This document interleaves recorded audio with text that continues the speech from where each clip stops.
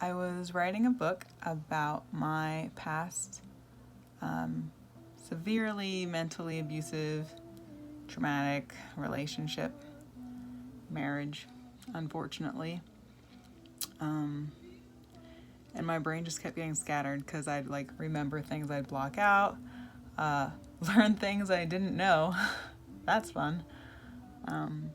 Just get overwhelmed by how I could have possibly ever married this asshole.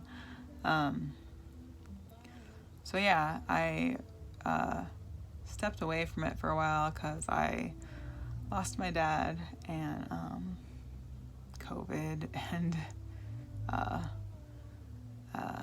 people being racist assholes. So that's frustrating. I feel like when I was in elementary school, I kind of thought racism was like a ancient history sort of thing, but very alive and well, which is very sad. Like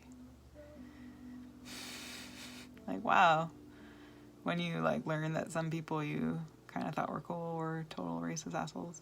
That's sad. But anyway, the book, I've gotten back into it in a less frustrating approach, I'm hoping. Calling it Timeline Tales. That's a working title. Just because I think having it on a timeline helps me stay more focused with the stories, and then they can kind of be, I don't know, separate stories that come together as a whole, which I guess is everything, but yeah, just, I've had plenty of crappy relationships, really shitty by most people's standards. Being cheated on is probably fairly normal to me. I mean, when it first happened, I had no idea people would cheat on each other, so I kind of took it hard. I didn't even know it was a thing. I didn't know cheating was a thing. So that sucked. But, I mean, maybe it's just because I've never been married other than that time, so I could just leave when someone was treating me shitty. I didn't always, but I could have. There was that option. And I didn't feel like I could leave my ex-husband. I had mentioned divorce, and he'd start saying he'd kill himself, or he punched a wall. Didn't break it because he pretends he's stronger than he is. He exaggerates himself a lot.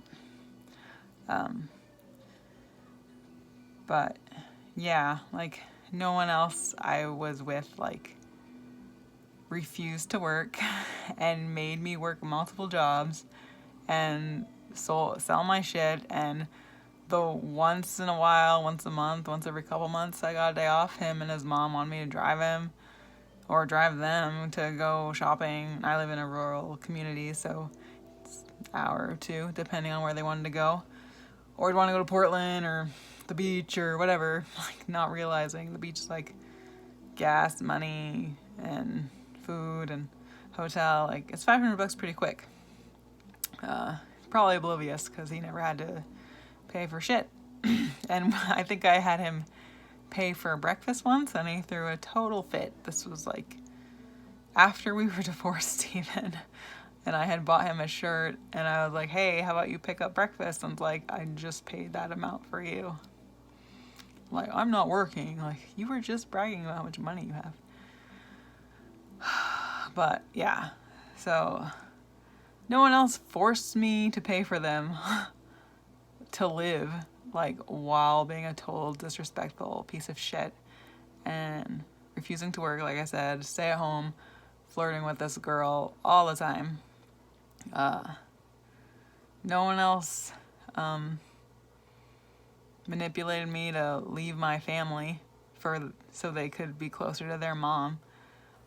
She's the one that decided she wanted to move away. And